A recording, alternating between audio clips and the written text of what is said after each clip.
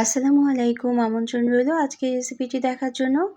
আশা করছি কাছে দূরে সবাই অনেক বেশি ভালো আছেন। মাত্র অল্প কিছু উপকরণ দিয়ে হালকা ফুলকো একটা নাস্তার রেসিপি তৈরি করব আজকে। আশা করছি অনেক বেশি ভালো লাগবে এবং ভালো লাগলে লাইক, কমেন্ট আর শেয়ার করে পাশে থাকতে পারেন এবং চ্যানেলটাকে সাবস্ক্রাইব করে নিতে পারেন। সবসময় যদি তেল মশলাদার খাবার খেতে পছন্দ না করেন তাহলে মাঝে মাঝে এভাবে করে স্পঞ্জি হালকা ফুলকো নাস্তা তৈরি করে নেওয়া যেতেই পারে, সবাই অনেক বেশি পছন্দ করবে। তো এই জন্য আমি 1 কাপ পরিমাণ চালের গুঁড়ো নেব, আধা কাপ পরিমাণ সুজি নেব এবং 2 টেবিল চামচ পরিমাণ নারকেল কোড়ানো নিয়ে নেব। তো প্রথম পর্যায়ে এই কটি উপকরণই নিতে হবে। খুবই অল্প কিছু উপকরণ, ঘরে থাকা উপকরণ দিয়েই এই নাস্তাটা তৈরি করে নেওয়া যেতে পারে। চালের গুঁড়োর পরিবর্তে আটা দিয়েও নাস্তাটা তৈরি করে নেওয়া যেতে পারে, তবে ময়দা দিয়েও কিন্তু তৈরি করে নেওয়া যেতে পারে। সুজি দেওয়ার জন্য এই নাস্তাটা কিন্তু খেতে অনেক বেশি সুস্বাদু হবে এবং অনেক বেশি মজাদার হয়ে যাবে। তো প্রথম পর্যায়ে আমি আধা কাপ পরিমাণ পানি দিয়ে দিলাম এবং 1 কাপ চালের গুঁড়ো আর আধা কাপ সুজির সাথে আধা কাপ পানি দিয়ে একটা হ্যান্ড হুইস্ক দিয়ে মিশিয়ে নেব এবং যখন ব্যাটারটা ঠিক ঘন এরকম হবে, অল্প পানি দিয়ে প্রথমে মিশিয়ে নিলে লাম্পস ক্রিয়েট হলে সেটা কিন্তু ভালোভাবে মিশিয়ে নেওয়া যাবে। প্রথম পর্যায়ে এর জন্য খুব বেশি পানি দেওয়া যাবে না এবং তারপর আস্তে আস্তে করে অল্প অল্প করে পানি দিয়ে হ্যান্ড হুইস্ক দিয়ে বিট করে নিতে হবে। বিট করার কাজটা কিন্তু খুব ভালোভাবে করে নিতে হবে। আধা চা চামচ পরিমাণ লবণ দিয়ে দিলাম, অর্থাৎ পরিমাণ মতো লবণ দিয়ে দিতে হবে। যতটুকু আটা সুজি নিতে হবে ঠিক সেই অনুযায়ী কিন্তু লবণটা দিয়ে দিতে হবে। তো এখন আমি আরও আধা কাপ পরিমাণ পানি দিয়ে দিলাম এবং হ্যান্ড হুইস্ক দিয়ে বিট করে নেব।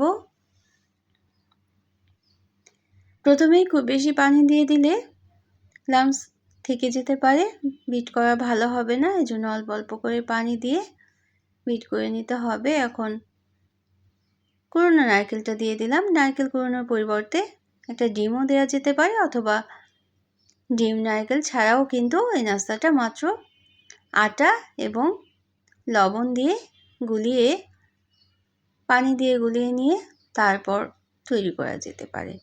এই জন্যই বললাম খুব অল্প উপকরণ দিয়ে এই নাস্তাটা তৈরি করে নেওয়া যেতে পারে, তবে নারকেল কুড়ানো দেওয়ার জন্য এটা কিন্তু খেতে অনেক বেশি সুস্বাদু হয়ে যাবে। এখন একটা মিক্সার জারে করে এটাকে আমি মিক্স করে নেব, এই জন্য খুব সুন্দর হয়ে যাবে ব্যাটারটা। আর এই মিক্স করার জন্যই স্পঞ্জি এবং নরম তুলতুলে নাস্তাটা তৈরি হয়ে যাবে। তো আমরা এখন এই ব্যাটারটাকে আধা ঘন্টার মতো রেস্টে রেখে দেব। রেস্টে রেখে দিলে যে আমরা সুজি দিয়েছি এবং শুকনো চালের গুঁড়ো দিয়েছি এটা কিন্তু অনেকটাই মিশে যাবে এবং ফুলে উঠবে। এজন্য চালের গুঁড়ো দিয়ে তৈরি করলে অবশ্যই আধা ঘন্টার মতো রেস্টে রেখে দিতে হবে। তো রেস্টে রেখে দেওয়ার পর এর সাথে 1 টেবিল চামচ পরিমাণ আটা মিশিয়ে নিলাম।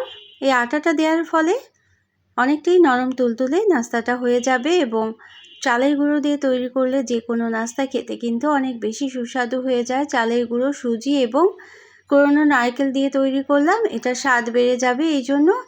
আর 1 টেবিল চামচ পরিমাণ আটা দিয়ে দিলাম কারণ নরম তুলতুলে হওয়ার জন্য। আর এখানে আধা চা চামচ পরিমাণ বেকিং পাউডার দিয়ে দিলাম। এই বেকিং পাউডারটা কিন্তু অনেকটাই শেষের দিকেই দিতে হবে, অর্থাৎ আমি আধা ঘন্টা রেস্টে রেখে দিয়েছিলাম ব্যাটারটা তৈরি করে এবং রেস্টে রেখে দেওয়ার পর ঠিক বানানোর আগ মুহূর্তেই বেকিং পাউডার আধা চা চামচ দিয়ে খুবই ভালোভাবে মিশিয়ে নিতে হবে।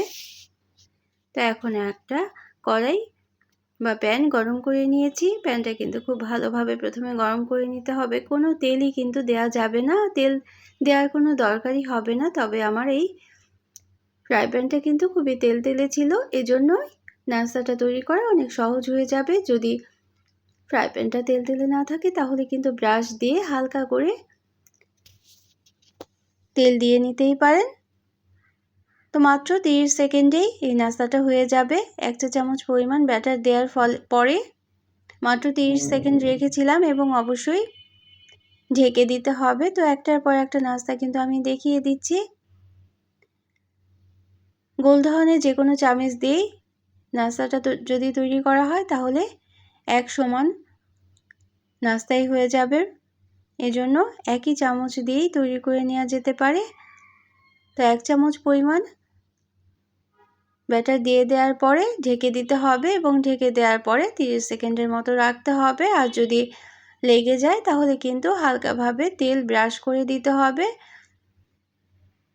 খুব বেশি তেল কিন্তু দেওয়ার দরকারই নেই। তো তেল ছাড়া এত মজাদার অল্প উপকরণে তৈরি নাস্তা সবাই কিন্তু অনেক বেশি পছন্দ করবে। সকালে একঘেয়েমি রুটি পরোটা খেতে খেতে যখন আমরা বোর হয়ে যাই, ঠিক তখনই কিন্তু এভাবে করে নিত্য নতুন এক এক ধরনের নাস্তা কিন্তু আমরা তৈরি করে নিতেই পারি।